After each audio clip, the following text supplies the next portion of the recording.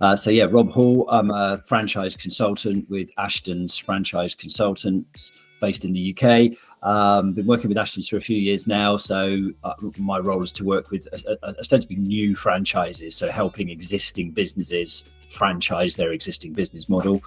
So I've been doing that now with a good number of different businesses, all different sorts of industries.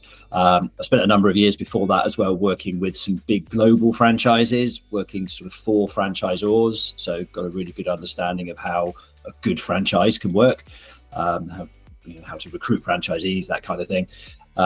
So a good understanding generally of the franchise market. And I'm Phil Mowat. I'm the managing consultant of Ashtons Franchise Consultants. So I help market the business and find new clients to help turn them into franchises.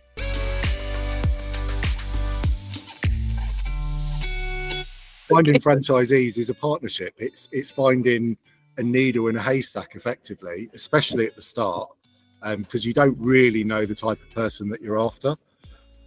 So the main challenges of finding franchisees are matching up with the people who are at the right point in their life, have got an investment, are keen to make a decision, have got their family support, and the stars need to align effectively. But it does happen, but it's hard work. Yeah, and absolutely right, Phil. And I'd just add to that therefore to help sort of overcome that key challenge is be really clear at the outset the kind of person that you perhaps are looking for as your ideal franchisee. Like Phil said, you might not really know that until it starts to shape up, but at least start with an idea of, what sort of experience have they got in the market, in the industry, what expertise might they already need, what kind of training might they need, that kind of thing, because it just helps you think about who might the ideal person be to start somewhere with your sort of marketing of the franchise. As an example, I'm at the National Franchise Exhibition in Birmingham. I'm in the lobby setting up the stand. So you wouldn't come to a franchise show if your target franchisee had never heard of franchising or doesn't understand franchising and wouldn't come to this sort of show. But if they are going to be here, then you should have a stand here and promote your opportunity. So think about your target audience and find out where they are and target them that way. Absolutely.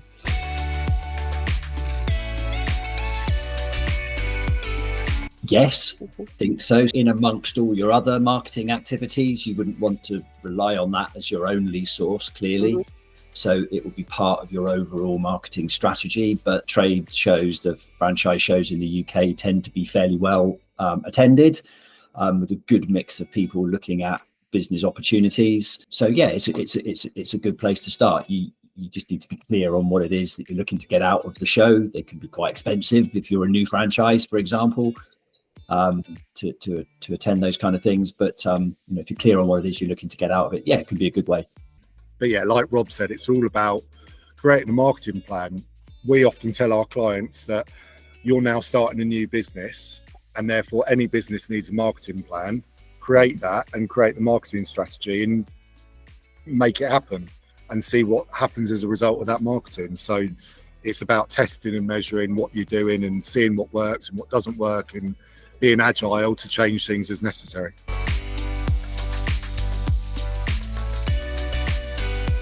In terms of strategies to attract new franchisees, then lots of things, as we've just been talking about. It's about having a clear marketing strategy and thinking of different avenues as to where those franchisees might be attracted from. I always say the starting point, if you're a new franchise, your starting point is always your internal network.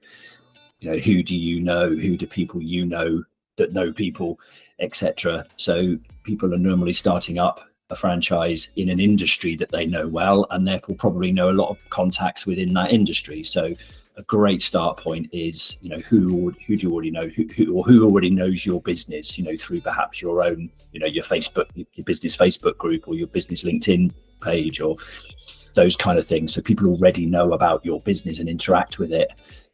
For me, that's a good start point at least. And of course, it's a low cost option to start with as well. There's your employees, your suppliers, anyone that's connected to your business. Exactly. And shouting about it from the rooftops. I think content is obviously king these days, isn't it? And looking at the industry in the UK, the franchisors that seem to be expanding quickly are the ones that have got a videographer following them around, and they are creating so much content on all channels, all platforms, and they're becoming well known just because of that. So content is a key thing. I was going to mention something else, but I've gone off. No, that's right. No, I think, and you're right there, Phil, because it's about having a really clear, concise message, isn't it, that sort of highlights what the franchise's USP is, the unique selling point of that business. You know, why would someone want to interact with it? So being really clear up front what that message is, and use all the sort of technology that's out there now to get that message out there. And we'll talk a little bit more about me and some other those methods, but you know, that's your starting point. Have a good crafted message and build a good strategy. What's also important to think about is the messaging for a brand new franchisor is completely different to someone with perhaps 5 or 6 franchisees, because suddenly you highlight your franchisees, their success, their background, and you're telling a completely different story to what you told when they first became a franchise.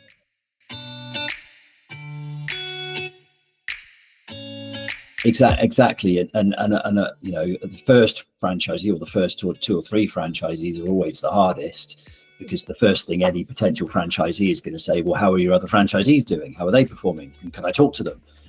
So, you know, if you are already an established franchise with franchisees in place, even if it's only 3 or 4, or it might be 20 or 30 or 40, you know, make sure you've got a good, good clear opportunity for new franchisees to interact with existing franchisees, so that they hear the story on the ground, and you know, brings it to life then, doesn't it, if they can talk to someone that's already in the business, already performing as a franchisee. So that's got to be a clear part of your marketing strategy if you're established already.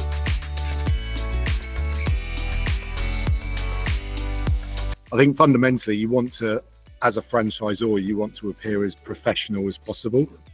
So a franchisee is buying into a system. So if the franchisor is not systemized, not organized, hasn't seemingly got a process, a recruitment process, is that going to really impress someone that's thinking, I'm going to spend £20,000 on investing and becoming part of this disorganized business? So technology is our friend these days, and yes, it can be a minefield to set it up and get it going, but the amount of hours it will save further down the line, and CRM systems and booking systems and payment systems and territory mapping systems, it's all about showcasing what you do within pieces of software to really help someone make a decision and then help them in their business.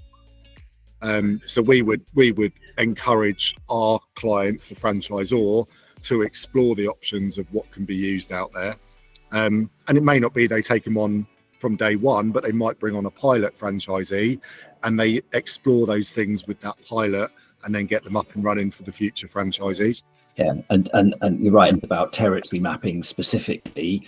Then, you know, that can be a really valuable tool for the franchisor, because it really clearly defines what the opportunity is that they're looking to put out into the franchise market. They can, you know, focus marketing in a certain area, perhaps, if they're, you know, work out whether the areas they want to focus on.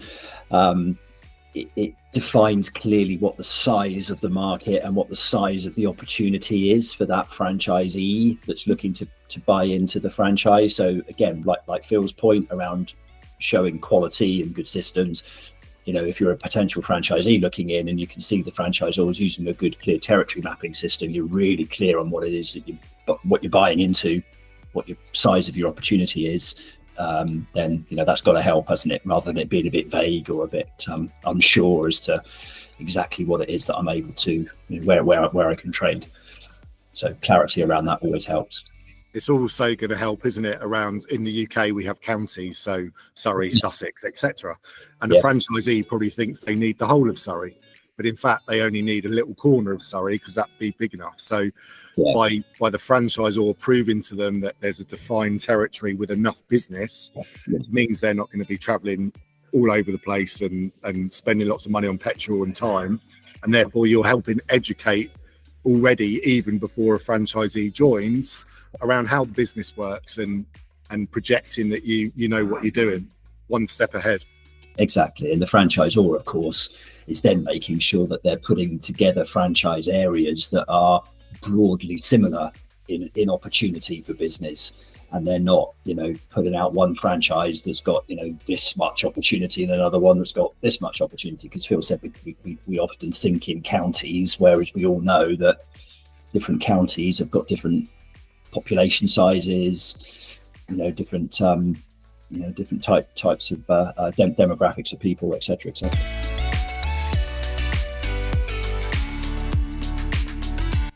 Mistake they can make is go, Google, give me or AI, give me a franchise legal agreement. Oh, that will do.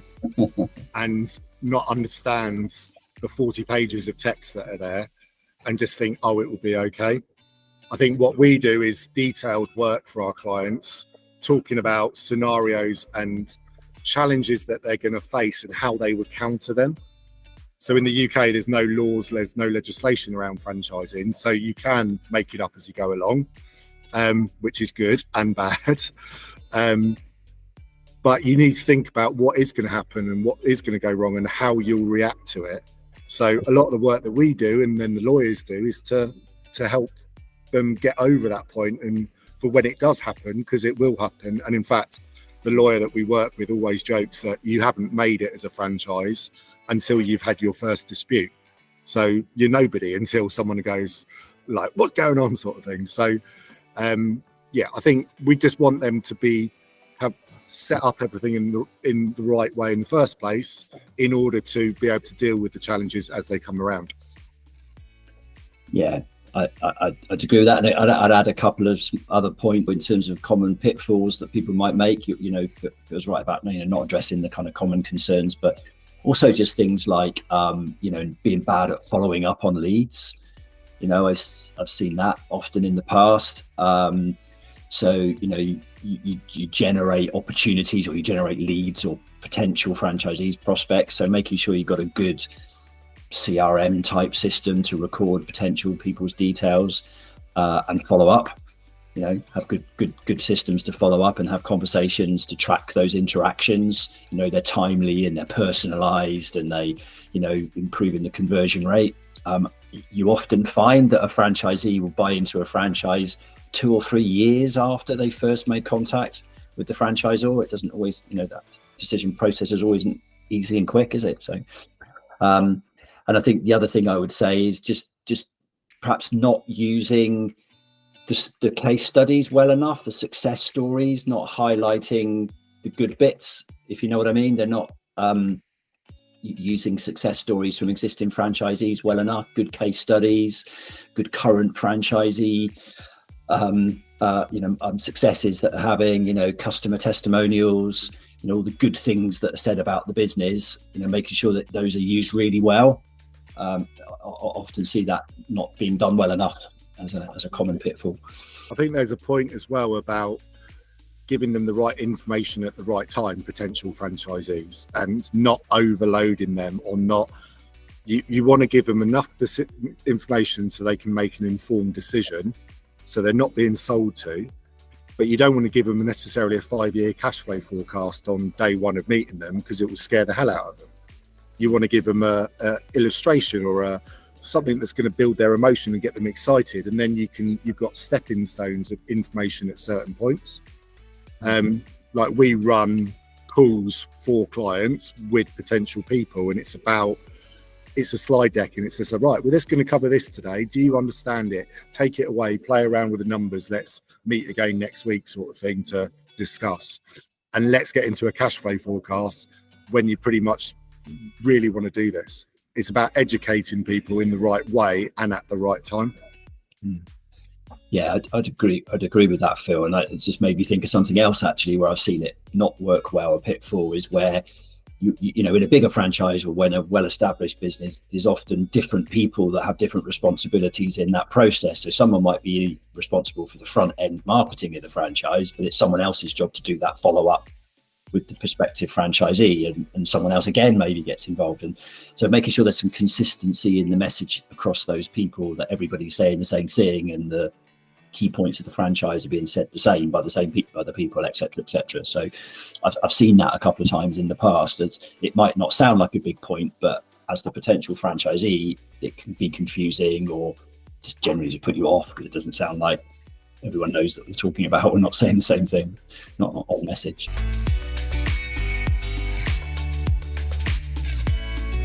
The growing trend in the industry in the UK, it's a growing market, more franchisors, more, I think, younger people coming in, more females coming in. The opportunity is more. In terms of recruitment, going back to the content piece, I think anyone who can tell their story well and show people what they do consistently with a bit of like passion and enthusiasm, they're going to win over the ones that may be doing things in a bit of an old school way. And I think embracing technology, and you said about what are the future trends and how to embrace technology. I mean, the obvious thing is how we use AI going forward. That's, every business is talking about how do we use AI, aren't they? In some way, a pitfall, if you like, the franchises sometimes fall into is about, quantity over quality, or not being very good at qualifying prospects or leads that they generate when they're doing their marketing, and so spend a lot of time on poor quality leads. They're not going to ever go anywhere, but all that takes time and money. Whereas the AI process is going to probably help that in the future, isn't it? With some sort of AI assistance, AI questioning, AI interviewing of prospects, that kind of thing, to help that filtering process and build quality leads quicker. I think we'll see that coming. I don't know if it's a tool out there at the moment, but it probably is somewhere that we haven't seen yet. A few videos online of people doing job interviews via online, and they've got their laptop next door with the AI giving them the answers. So maybe the future is no Zoom video interviews, and you have to see the franchisee in person. And in fact, I say to one of my clients, get them in the van. He's a van and a man franchise. Get them in the van, stuck on the M25, the motorway around London, on a Friday afternoon, see how they react to 15 miles of tailbacks. That's going to show you their true personality, isn't it? And whether they're going to be right for it or not. So we're in a people business at the end of the day, and you're forming relationships with your franchisees. So do as much as you can in person. But there's something definitely in that filtering of the leads better at the outset, though, I think, as a trainer, you feel, in terms of you're spot on. And when you've got a good prospect, is making sure you have a good conversations with them, connect with them, etc. But there's something at that front end to make sure you get to that bit as soon as possible and as effectively as possible, I guess. And that could be people deselecting themselves through the automation. Correct. By not answering questions or not filling in a form. And yeah.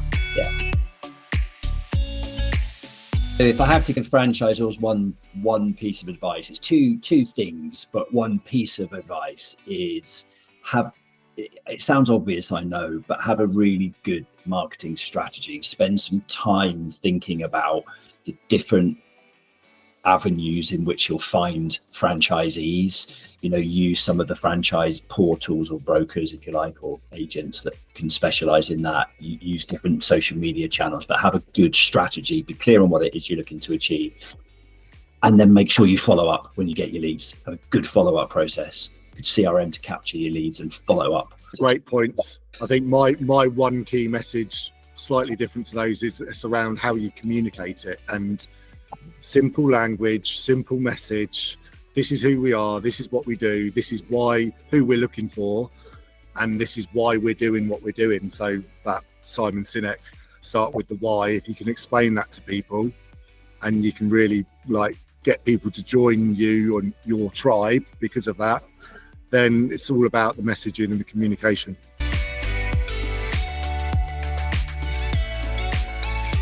We're Ashtons Franchise Consultants, so you can look at our website, ashtonsfranchise.com, and get in touch via that. Give us a call or send us an email, and we'll be more than happy to talk to anybody about any stage of franchising that they're at.